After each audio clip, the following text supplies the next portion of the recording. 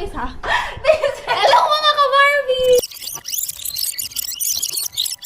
Hello mga ka-Barbie! Okay, quiet. Hello mga ka-Barbie! Quiet. Ay, bastos! Hindi nakikita si Ken. Hello mga ka-Barbie! Ayan. Ay, bastos! Hello mga ka-Barbie, this is our... Hindi natapos. Ulit. Hello mga ka-Barbie. Ako na nagsabi. Hello, ano? Ako mag-uumpisa. Hello mga ka-Barbie! Ayan, so it's our third day here in Thailand, Bangkok. And we're going to... Bakit kasi English? And we're going to the temples. Diba?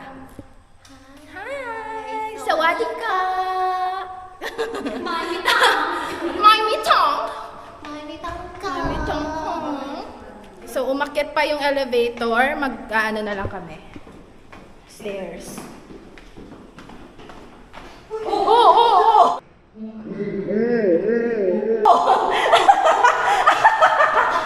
Today's itinerary is packed with some of the most breathtaking sights the city has to offer. So let's dive right into our temple hopping adventure. Our first stop is the magnificent marble temple, officially known as Wat Benchamabopit. This architectural marvel showcases a fusion of Thai and European influences with its stunning white Carrara marble facade and intricate detailing. So, iiwan ng shoes. Pagpapasok. Prepare to be in awe as we step into this serene sanctuary. Wow! Side marble temple. The interior of the marble temple is equally impressive, featuring intricate murals, golden Buddha statues, and a sense of tranquility that permeates every corner. It's truly a place of spiritual beauty and reflection. The temple is open every day from 5 a.m. to 7 p.m. with a donation fee of 50 baht. Moving on, we make our way to Wat Ratchabopit, a hidden gem that often gets overlooked by tourists. But trust me, it's well worth the visit. This temple is known for its unique blend of architectural styles blending Thai, European, and Chinese Hello mga elements. ka-Barbie! Next stop is Wat Ratchabopit. Ayan.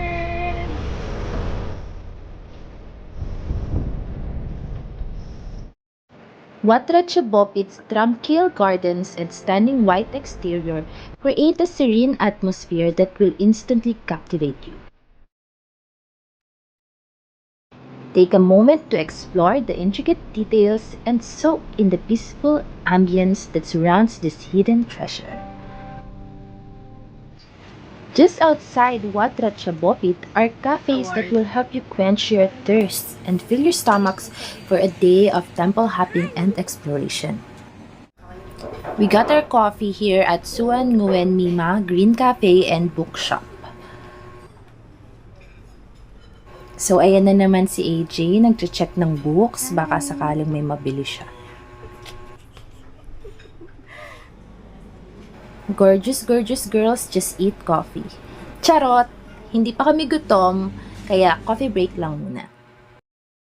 We're walking! Hi! Sawadee-sumida! Kapungka! May mitang. Mining? Everything peng! Everything peng. Peng. AJ yung libro. Oh, and then Awag mo, AJ. Parang yata, street yata ng books. 60 pero noodles. Alam mo, lakas na. Mag-Google Translate ka pa. Habang nagbabasa siya nakaganon. Tapos ano na yung mata niya. Tapos kapag nagdating namin dun sa See my cafe. Oh, ang dami na. Kayang all District. Kaya nang magbasa ni AJ ng pansit ka. Uy, Alice Cafe. Diba? Girl, isang buong street siya. Isang buong street siya ng ng coffee and bookstore. Pasok ka ng training. Good luck. Sila pa nagsama, mga di marunong tumawid. Ano? Yes, mga Diyan na lang kayo. Nagsama pa yung dalawa.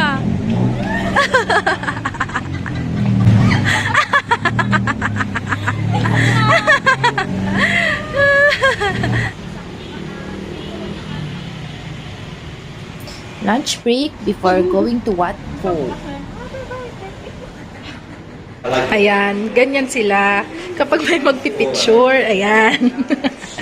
Okay na, masaya na kayo? May nakahaing mangga. Mango, walang sticky rice. Ako na lang, sticky. Rice lang. Rice, tapos sticky. Mango. Tantaan na naman siguro si ate niya. Walking on the way there, we were asked if we're going to Wat Po.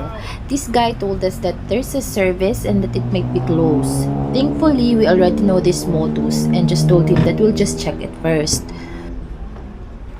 It is open every day from 8 a.m. to 6 p.m. with an admission fee of 200 baht.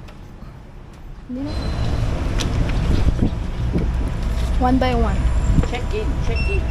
Okay, one by one. No visit to Bangkok would be complete without a visit to Wat Po, home to the famous reclining Buddha. This temple is not only a visual spectacle but also an important center for education and traditional Thai massage.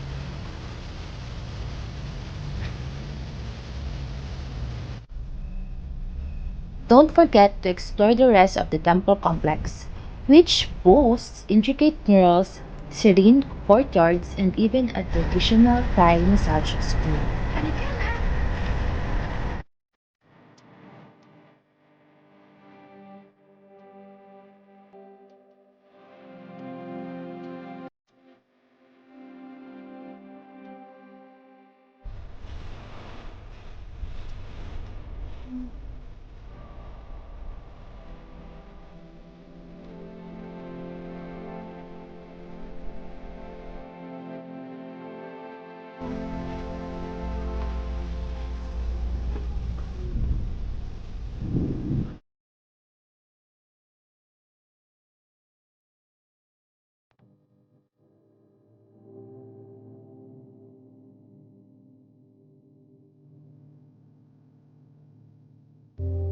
The reclining Buddha, stretching an impressive 46 meters in length, is a sight to behold. The sheer size and attention to detail are truly remarkable.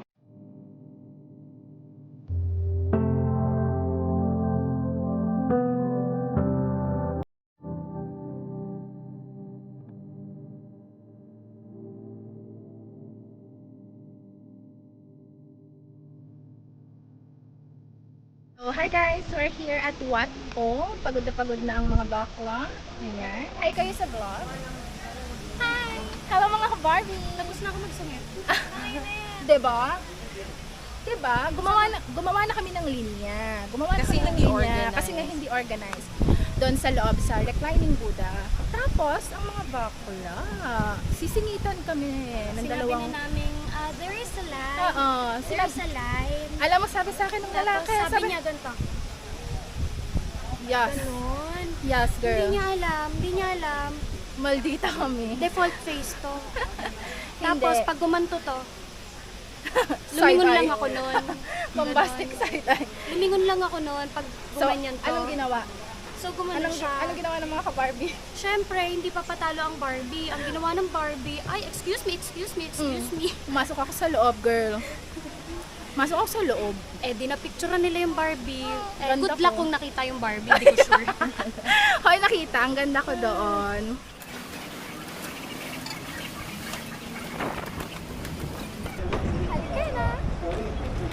Finally, we conclude our temple hopping adventure at Wat Arun, also known as the Temple of Dawn.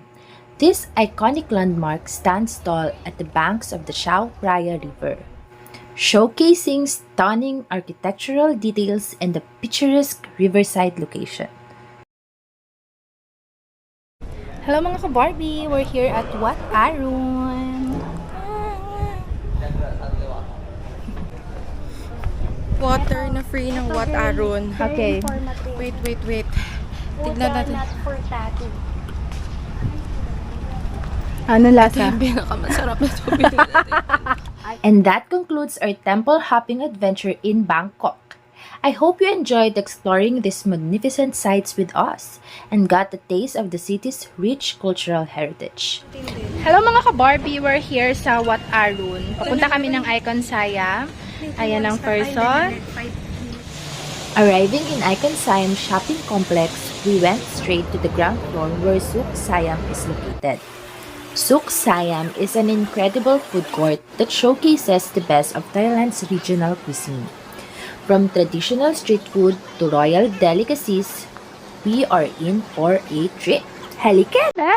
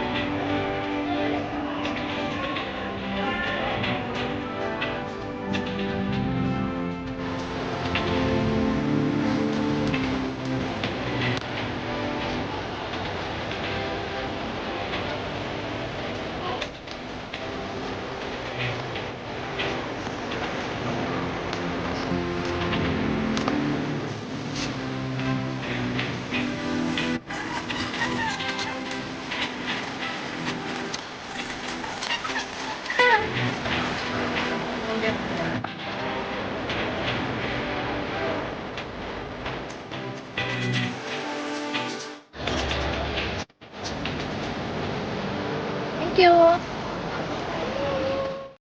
Galing kami ng 7-Eleven, pabalik ng hotel, naglakad lang kami. My gosh, sa Pilipinas hindi naglalakad, sa Bangkok na sobrang init, naglalakad ng marami. If you enjoyed this vlog, don't forget to give it a thumbs up, subscribe to my channel, and hit that notification bell to stay updated with all my upcoming travel adventures. Halika na!